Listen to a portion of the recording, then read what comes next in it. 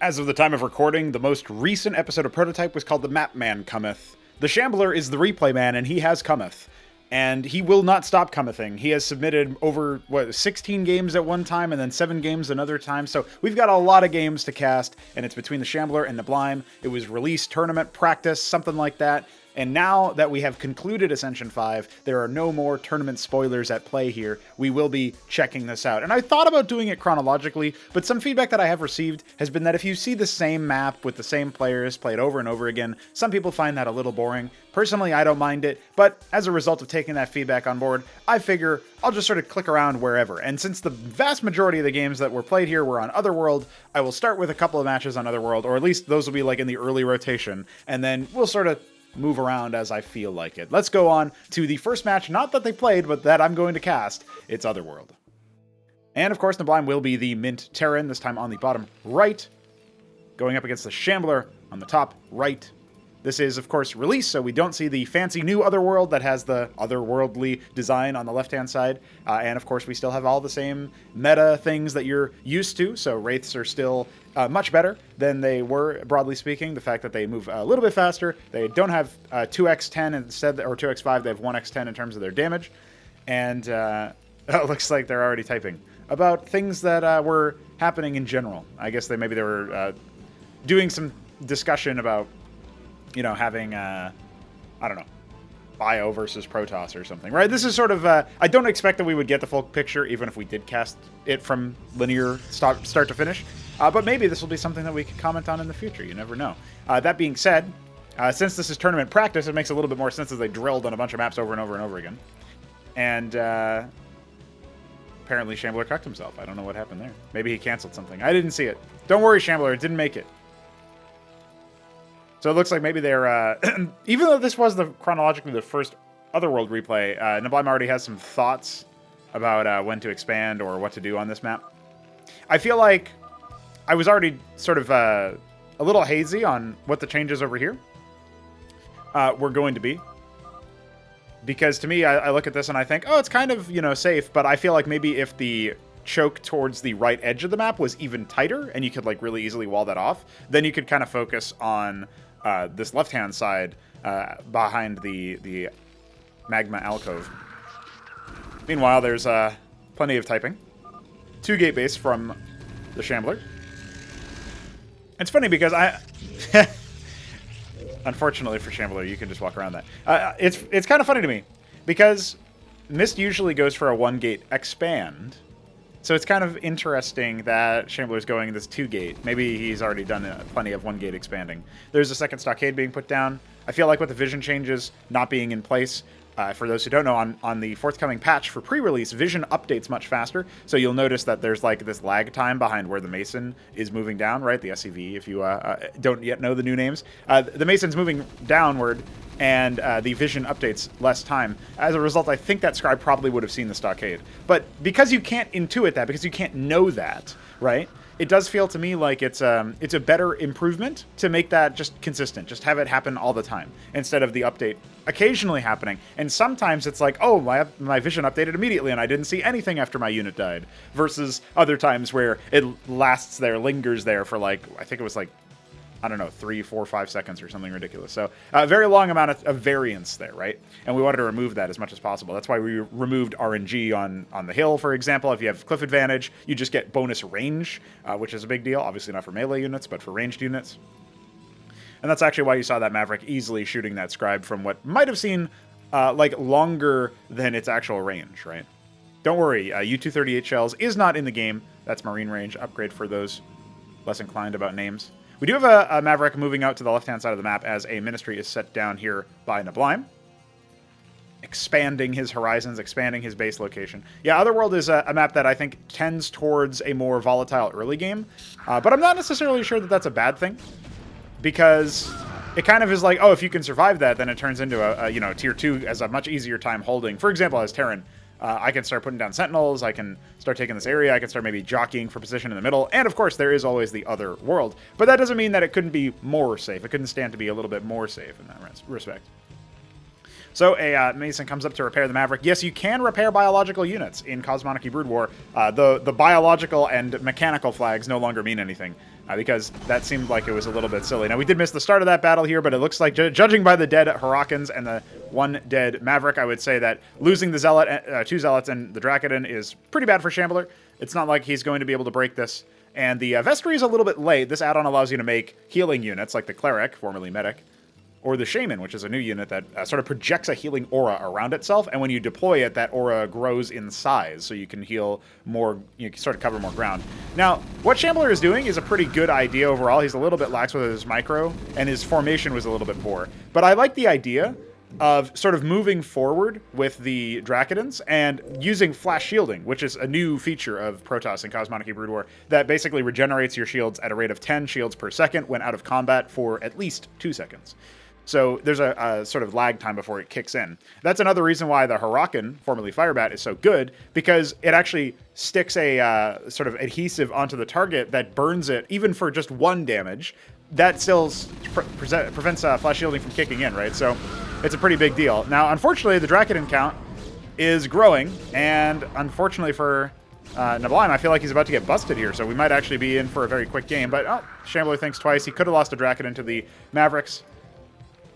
And yeah, this is looking like maybe why you wouldn't want to go for Bio versus Gateway, but, you know, things are a little bit different in Cosmonic Brood War, so maybe he'll be able to hold, right? He's using the cliff advantage to equalize the range that otherwise these units would have, right? We're talking about 6 range versus the 5 range of the Maverick, but the +2 range differential by going into the high ground here is actually giving the Mavericks a range advantage, which is not something you would normally see. But the Cleric count was brought down a lot, and he's pumping Mavericks as fast as he can, but I don't know if it's going to be enough. I think he's going to have to pull the boys. He has a star pad out, but yeah, he just calls GG. So Shambler is able to, through thick and thin, repeated attempts, just is trying his best to slap neblime around with a fast sort of I was going to say stockade rush, but that's the number of stockades, formerly barracks, that neblime was making. So there you go. That was the first round of a practice match on Otherworld. I think that was short enough. We can go for a second round because there's like 10 replays on this map, so we might as well start churning through them. Stay tuned for map 2.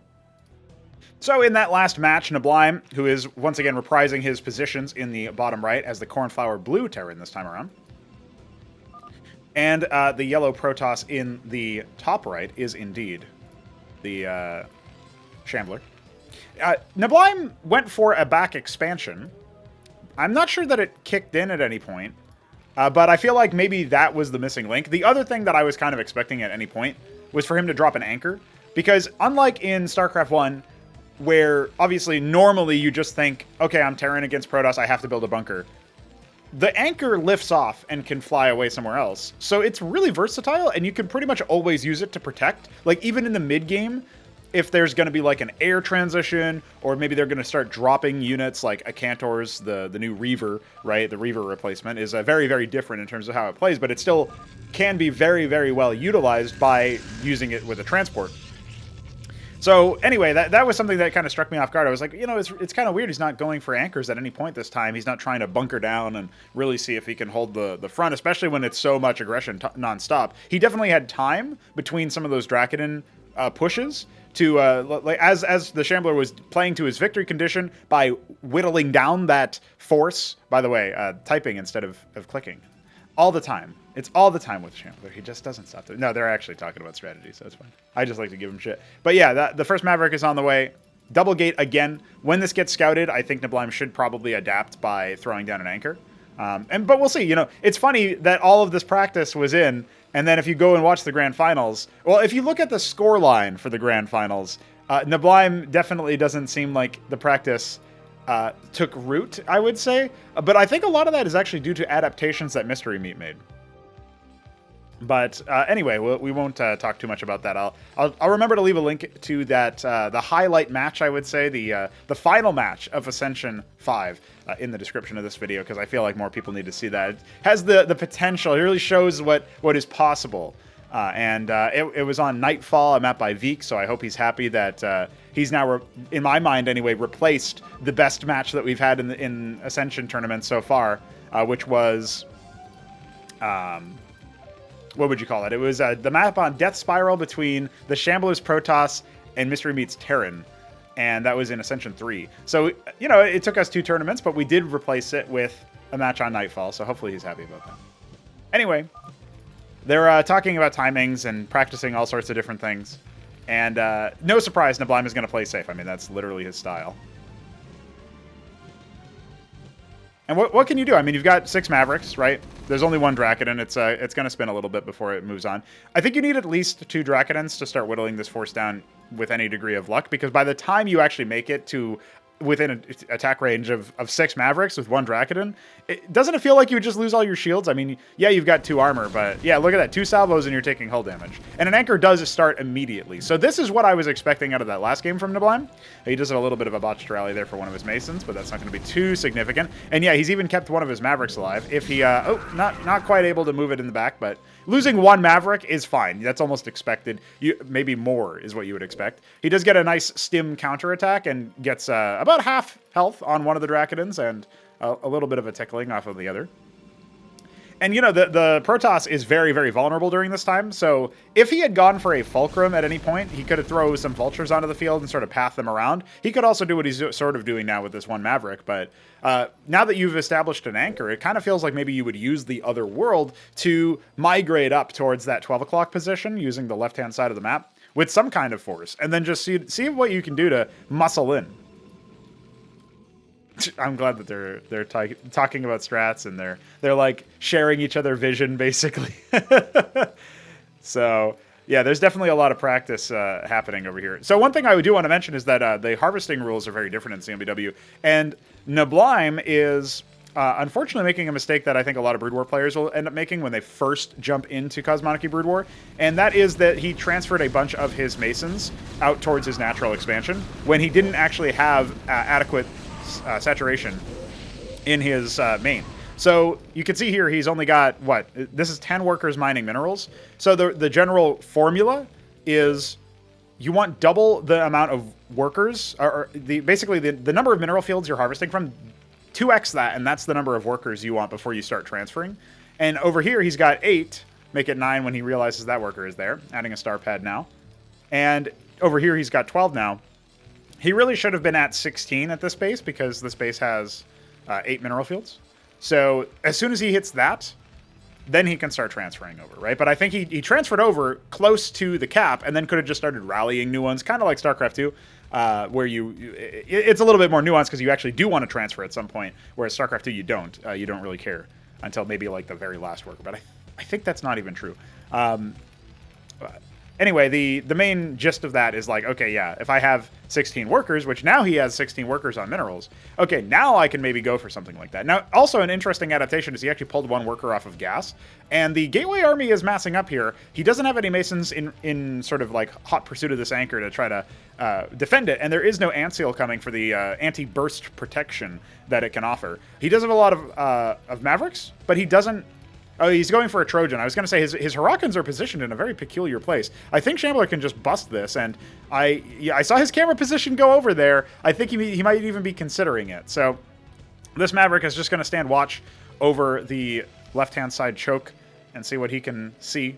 And honestly, yeah, with the Ecclesiast and the 2 Zealots, I feel like absolutely this is bustable. Depends on how long the Zealots stay alive versus the Hurricanes, but they're all on the left-hand side. And if he waits too long, no, never mind. He's going to pull the trigger before anything jumps into the Trojan. So here's the attempted bust. Now, the front line is all dead. The Ecclesiast dies as well, but the anchor is popped. And this allows, in my opinion, Shambler to have a very, very decided advantage fighting with the ranged battle. You know, some of the units here are getting a little bit confused. He can just come in here and kill the Mason if he wants. He can obviously outdamage the Cleric heals until they really, really start getting concentrated, or his own units get async, because obviously he's got the burst, right? He's got Dracodons. The anchor is coming up, but not for very long. There goes one of the Masons. The other one laying here in wait. Yep, there you go. Task it right back onto the anchor. neblime is so far able to hold, but his Hurricanes haven't really been able to do too much. They're kind of just zoning, and I think they did help with the Zealots, but that was about it. So he's got his anchor complete, but nothing's garrisoning it just yet, and he's also not repairing it with this 1 Mason, who he might not even see in the heat of the battle. And here come the Trojans. So he's just going to start loading up everything. He shouldn't just be loading the Hurricanes, in my opinion, but I think maybe he's a little bit paranoid about losing everything else. So here we go, adding more Hurricanes to the force. He's got an ant seal coming, which makes a lot of sense for protection. And behind this, I'm wondering what the tech is. It's just extra gateways. Okay. So yeah, Shambler is not super interested in doing much of anything. However, he is rallying Dracodins in, so he's going to lose one for free. And that might even provoke him into an attack, which might not be super good for him. He does kill a Cleric. That's a big deal. 75 minerals a pop for those, which is, you know, they're gasless, so in a way it's not super bad, but you are a little bit concerned by that. So, okay, now we have what looks to be 9 Harakans. The Trojans are just sort of showing themselves here, but there's nothing to see just yet. Now they're going to be sent back to add more Harakans in there. The Harakan drop is a tried and true method of killing people in CMBW because they reduced armor with every couple of hits that they get their attack off of. So as a result, you know, oh, this has 4 armor. Well, no, it's going to have 0 armor when like 4 Harakans attack it. And there's 16 now in this set. So off it goes. I was kind of expecting the Ant Seal to go along with it. The Clerics are front-loading here. I'm not sure what's going on there. Yeah, just like Brood War. It's just like Brood War, guys. Clerics are a little bit less derpy than medics, though. I think people will appreciate that they work a little bit better. No, oh no! The Dracodins. No! Oh! Instantaneous cuck death of all the Harakans. Now, if he had just unloaded as a flank, he could have done a lot of damage and killed all these Dracodins. He might even go for that, but all of his armor rending is gone. He's got to stim his Mavericks forward. He saves 1 Trojan.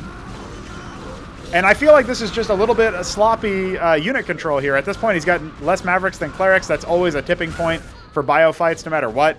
And yeah, unfortunately, 8 Harakans dying without being able to unload. And then I think the other 8 sort of gotten steamrolled because like 3 of them unloaded and then the other 5 didn't because the Trojan went somewhere else where it couldn't unload units anymore.